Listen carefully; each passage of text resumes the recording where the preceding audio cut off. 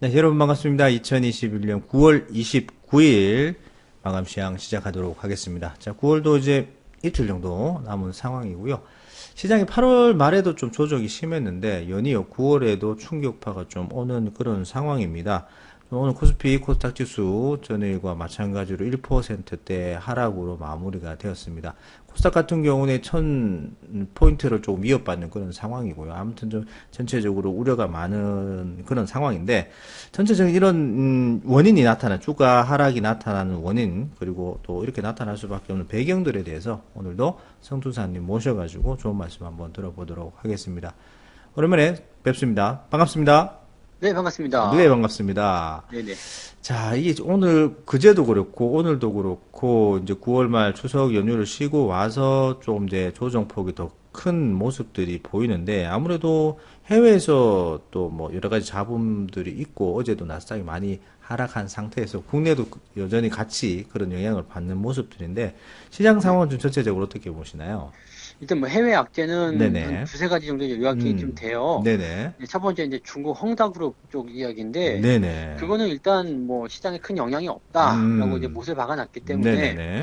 실제로 그것 때문에 주가 빠졌을 리는 없다라고 보시면 음. 될 것 같아요. 네네. 뭐 정말 그것 때문에 빠졌다라면 어제 같은 경우도 이제 중국 증시가 많이 하락을 해야 되는데, 네네. 어제는 우리만 내렸거든요. 다른 곳은 다 네. 상승을 했더라고요. 보합이나 뭐 네네. 반등을 하고요, 네. 보합 아니면 다 음, 상승세를 보였기 때문에 어제 주가가 빠진 것은 우리만의 어떤 이슈였다라고 보시면 될 것 같고, 네네네. 헝다그룹과 관련된 이슈는 지금 수면 밑으로 들어가고 있는 것이 아닌가, 음, 이게 판단이 되고 있습니다. 그리고 네네. 지금 미국 쪽 같은 경우는 이제 큰 이슈가 두 개가 있거든요. 네.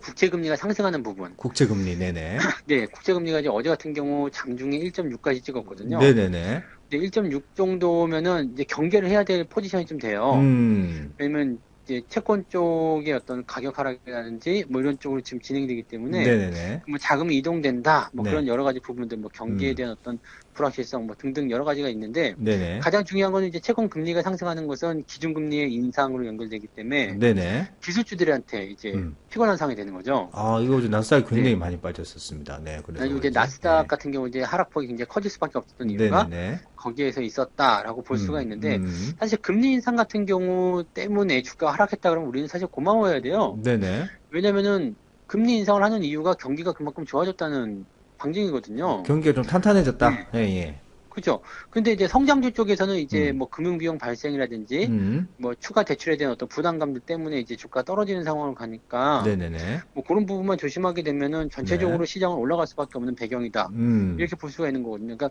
금리도 인상이 이제 막바지에 들어가면 위험하지만 초반에 들어가는 것, 즉 경기 부양 이후에 막 음. 처음 금리 인상 이런 것들은 전혀 걱정할 필요가 없거든요. 네네네. 네, 그래서 그런 쪽이면은 오히려 땡큐라고 생각했는데, 사실 음. 그거보다 더 큰 이슈가 뭐였냐면 이제 미국의 셧다운하고 아, 디폴트. 네. 이거 업무 일시 이게 어떻게 보면, 네, 정지잖아요. 그렇게 돼버리면. 이게 네네. 어떻게 보면 이제 가장 큰 이슈였다고 생각이 돼요. 네네네. 근데 그 셧다운 같은 경우와 지금 디폴트가 이제 두 개가 묶여가지고 지금 법 그쪽에 그 의회에 계류가 되어 있단 말이에요. 네네네네. 그러니까 지금은 추가 예산안에 대한 부분들을 뭐 빨리 하자라고 네네. 되어 있는데, 거기다 이제 사족을 달아놓은 게 음. 이제 그 대출의 어떤 한도, 부채 그 한도 이제 네네 유예안내가, 부채 한도를 예. 이제 뭐 상향을 시키든 유예를 시키든 해줘라. 그걸 지금 묻고 나왔어요. 네네네. 그러니까 이제 공화당 입장에서는 야, 다 통과시키기 좀 뭐하고 네. 부채 한도 이걸 빼라. 그러면 지금 음. 셧다운을 막아주겠다. 네네네. 이런 식으로 지금 이야기를 하고 있는 상황이거든요. 음. 물론 이걸 이제 내일이죠. 내일 표결에 들어가기 시작해서, 30일이니까요. 네네. 네네네. 우리나라로 치면 이제 모레쯤 되려나요? 음. 네. 뭐 하여튼 그쯤에 표결 들어가서 이제 뭔가 답이 나오긴 하겠습니다만, 네네. 지금 가장 유력한 것은 그 부채 한도에 대한 부분을 빼고 음. 셧다운만 먼저 음. 해결하는 쪽으로 가야 되지 음. 않을까 생각합니다. 음. 왜냐면 그거 안 하면 10월 1일부터 지금 셧다운 들어간단 말이에요. 네네네. 그러니까 당장 급한 부분부터 끄자. 음. 라는 식이 될 것 같고요. 음. 근데 디폴트 관련한 부분은 지금 옐런 의장이 계속 나와서 얘기하지만 10월 18일까지는 그래도 음. 견딜 수 있다. 왜냐면 음.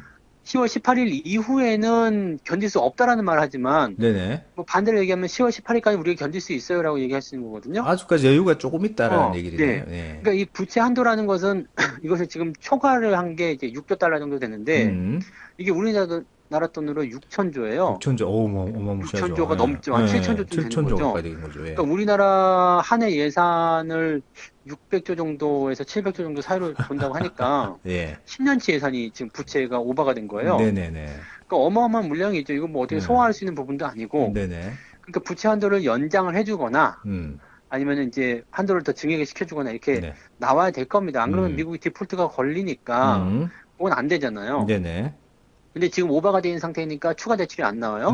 추가적으로 부채적인 어떤 부분들을 할 수가 없는 상황이라서 네네. 지금은 자기네들 갖고 있는 돈을 쓰고 있단 말이죠. 그러니까 그 돈을 다 쓸 수 있는 기간이, 그 돈을 활용해서 지금 살아남을 수 있는 기간이 10월 18일까지다. 약 한 보름 정도 된다. 그죠, 그죠. 예. 그러면 이제 셧다운은 앞에 당장 눈앞에 떨어진 불이고 음. 디폴트는 한 2주 정도, 3주 정도 남아 있는 거니까 네네. 당연히 급한 불부터 꺼야 되겠죠. 네네. 그러면은 디폴트 좀 뒤로 밀어놓고 셧다운 먼저 해결시켜주고 그다음에 디폴트를 어떻게든 해결을 해 볼 겁니다. 왜냐면은 네네네. 뭐 디폴트가 되면 안 되잖아요. 그렇죠. 예. 뭐 그것도 다른 나라도 아니고 파장이 미국이 디폴트가 크니까. 됐다. 네네네.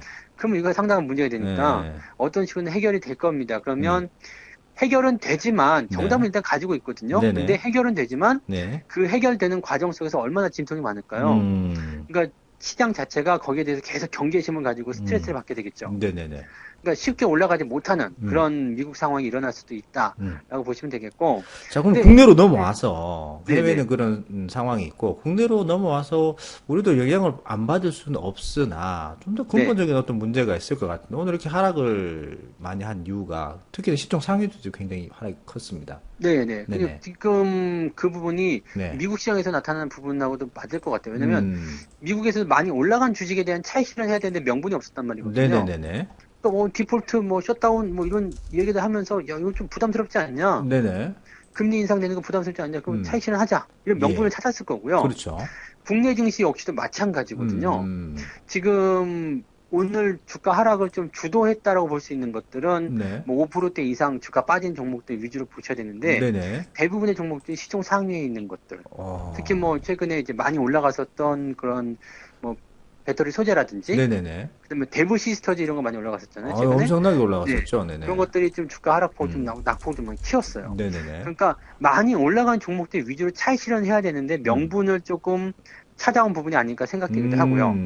그게 이제 주가 하락의 가장 큰 요인인데 네네네네. 시총 상위에 많이 포진되어 있다 보니까 아무래도 음. 주가가 늘릴 수밖에 없지 않았나 네네네. 이렇게 생각이 좀 되고요. 또 네. 한 가지는 이제 신용 물량을 터는 부분이에요. 아, 신용의 대출. 최근에 네. 이제 증권사에서 이제 규제를 한다는 얘기가 좀 있네요. 어마어마합니다. 지금 뭐 네네네네. 추가적인 어떤 신용 대출 이런 것도 나오지도 않고 네네네. 뭐 신용뿐만 아니라 지금 부동산 쪽도 다 잡혀 있는데 네네. 문제는 부동산 담보 대출을 받아가지고 빚투를 했단 말이죠. 네네. 그러니까 그쪽 대출이 막히고 이쪽도 대출이 막히고 주가는 떨어지고 네네. 이런 상황이 되니까 그냥 반대 매매 들어갈 수밖에 없는 상황. 그냥 눈 뜨고 뭐 이제 주식 뺏기는 그런 상황이 좀 되는 거죠. 네네. 근데 이런 부분들이 나온다라면 지금 차익 실현 같은 경우는 그냥 뭐 일부 어떤 종목들에 대한 어떤 해프닝으로 볼 수 있기 때문에 네. 조정을 좀 받을 수도 있는 상황이에요. 근데 네. 만약에 신용 물량을 털고 가야 되겠다라고 생각을 했다라면 네. 요건 전통적으로 볼 때 주가가 많이 오르기 전에 나오는 어떤 행동이라고 보시면 돼요. 왜냐면 그 개인들이 물량을 뺏어서 저가에 매수를 한 다음에 주가를 끌어올리는 그런 네네. 역할들을 많이 하잖아요. 네네네. 근데 그런 부분들이기 때문에 만약에 시중 물량을 털기 위함이었다라고 네네. 한다라면 네네. 오히려 이 조정에 대한 부분은 기회가 될 수도 있겠죠. 네, 근데 이제 섣불리 생각할 수 없는 게 이제 여러 가지 악재들이 산재가 되어 있고 또 차익 실현 물량도 많이 나오니까 네네네. 꼭 그것만이다라고 보기는 어렵겠죠. 음. 네, 그래서 지금은 일단 뭐 주가의 어떤 하락폭, 특히 어제 같은 경우는 그랬어요. 아시아 증시 다 괜찮은데 우리만 빠졌기 때문에 그렇죠. 요거는 뭐 대외 변수가 아니라 신용 물량 털기 위함이다. 음. 그래서 아마 오늘 아침까지 해가지고 물량이 많이 나오는 걸 이제 우리가 확인을 좀 했었는데 네네네. 마지막에 이제 개인들 이제 오후 시점 보니까 개인들이 지금 9천억 정도 순매수가 들어가는 모습이 좀 확인이 되더라고요. 네네네. 그러니까 오전 같은 경우는 이게 바뀌어 있었거든요. 네. 그러니까 어제 떨어진 물량에서 오늘 반대 매매가 제법 나오지 않았을까라는 생각도 좀 해볼 수 있을 것 같고요. 네네네. 그러니까 뭐 그런 부분을 생각하면 어제 같은 경우는 신용 물량을 털기 위한 작업을 했을 것 같고 오늘 같은 경우는 양봉을 받고 올라갔단 말이죠. 오늘도 네. 이제 아침에는 굉장히 좀 패닉이 왔었는데 서서히 좀 네네. 이제 변화되는 분위기가 나타나요. 1시 아침 넘어서. 같은 네네. 경우는 네. 방금 말씀드렸듯이 이제 뭐 음. 반대매매 물량이든 아니면 겁먹은 투자자들도 갖다 집어 던지는 아, 그렇죠, 모습들 그렇죠. 네. 그런 것도 나왔을 가능성이 굉장히 높죠. 근데 음.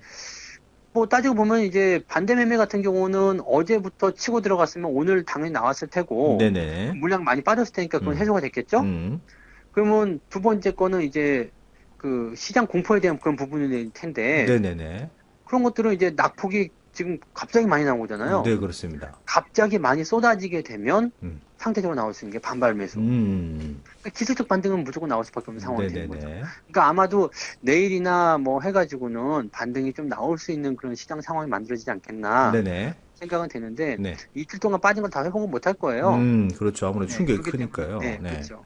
그래서 이번에 이렇게 반등이 나갈 때는 이런 폭락에서 이제 겁먹고 막 주식을 판다기보다도 일단 잘 들고 버티고 계시다가 네네. 반등이 나올 때 그 강도, 음. 즉 반등이 얼마큼 세게 나가냐에 따라서 음.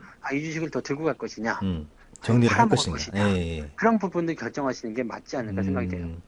뭐 미국도 그렇고 홍다그룹도 그렇고 지금 우리나라 개인 투자자들의 문제도 그렇고 결국은 이 과도한 부채가 네네. 문제가 되는 거네요. 뭐 이렇게 딱 이렇게 결론 지어지는 게 대출에 그렇죠. 대한 문제 때문에 문제가 항상 되는데 이 대출 문제도 근데 네네. 사실은 뭐 작년 3월 대비해서 한 3배 정도 올라왔거든요. 작년 네네. 3월에 한 7조 원 정도밖에 안 됐었거든요. 그렇죠. 3, 예. 4월 정도에. 근데 예. 지금 보면 이제 25조 막 그 정도 나오잖아요. 어마무시합니다, 그러니까 진짜. 3, 4배 예. 정도 되는데 네네. 시장도 그만큼 성장했어요. 음, 그러니까 시장이 성장하게 되면 당연히 신용에 대한 어떤 물량이 늘어나는 건 당연하거든요. 그러니까 그 부분을 같이 크니까. 제외하고 예. 본다고 한다면 네. 한 16조 정도, 많게는 한 18조 정도까지는 음, 그래도 좀 시장이 뭐 괜찮겠다 수용할 수 있는 부분일 것 같은데 약간 네네네. 오바된 부분을 좀 정리하는 것 같아요.